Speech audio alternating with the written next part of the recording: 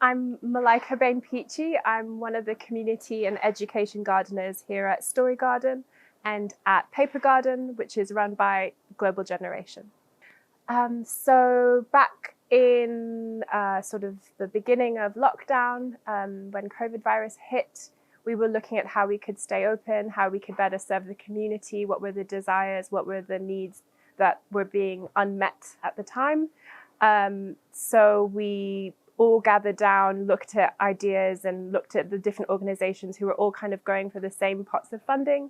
And we linked up with Urban Community Projects and the Living Centre and the Somerstown Community Association. And we looked at how there was a need for fresh food, as there was quite a lot of dry food being donated, but not a lot of fresh produce. And as we are quite a large site, we're about an acre, we looked at how we could increase our production on site by just growing lots more, building more beds to grow lots more, and donate that food to the Camden Mobile Food Bank.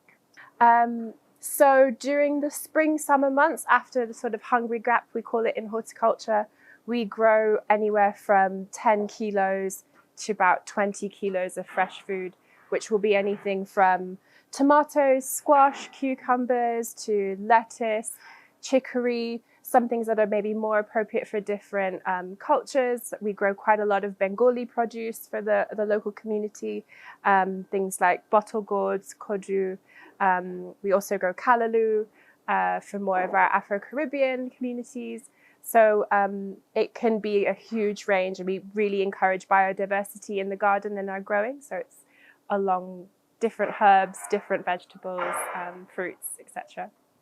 Fresh food in a meal box connects us back to nature, connects us back to where food comes from. As we're an organic garden, and we teach a lot about how you grow your food, it's not just going to the supermarket, opening up a plastic bag and there's your salad. It's connecting to the seeds and nurturing the soil so that it can nurture you in the long run. It's about our physical health, our connection to the seasons.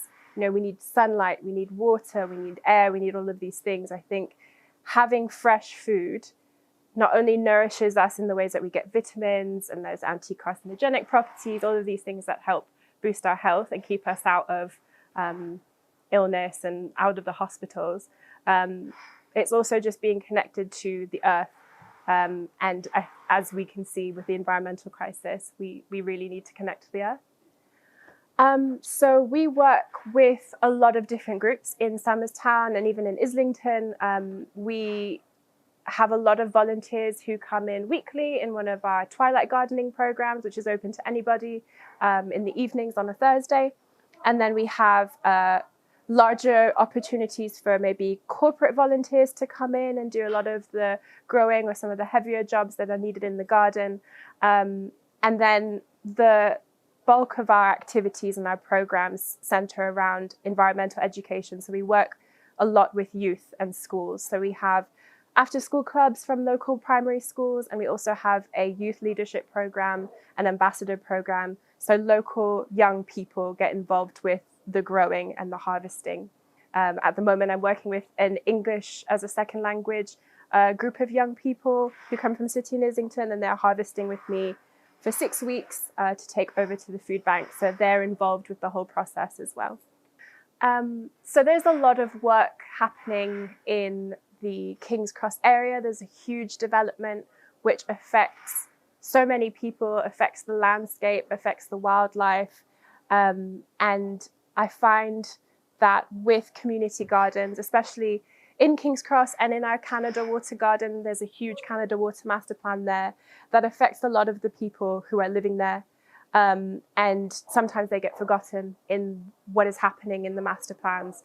So a community garden like this brings the opportunity for people to come together, to talk, to feel included, to be a part of the conversation, as well as connecting to our bodies, really nourishing our minds, and bolstering community, and not just with each other as humans, but the wider community of the insects, the birds that come through, and everything else that is part of the ecosystem here.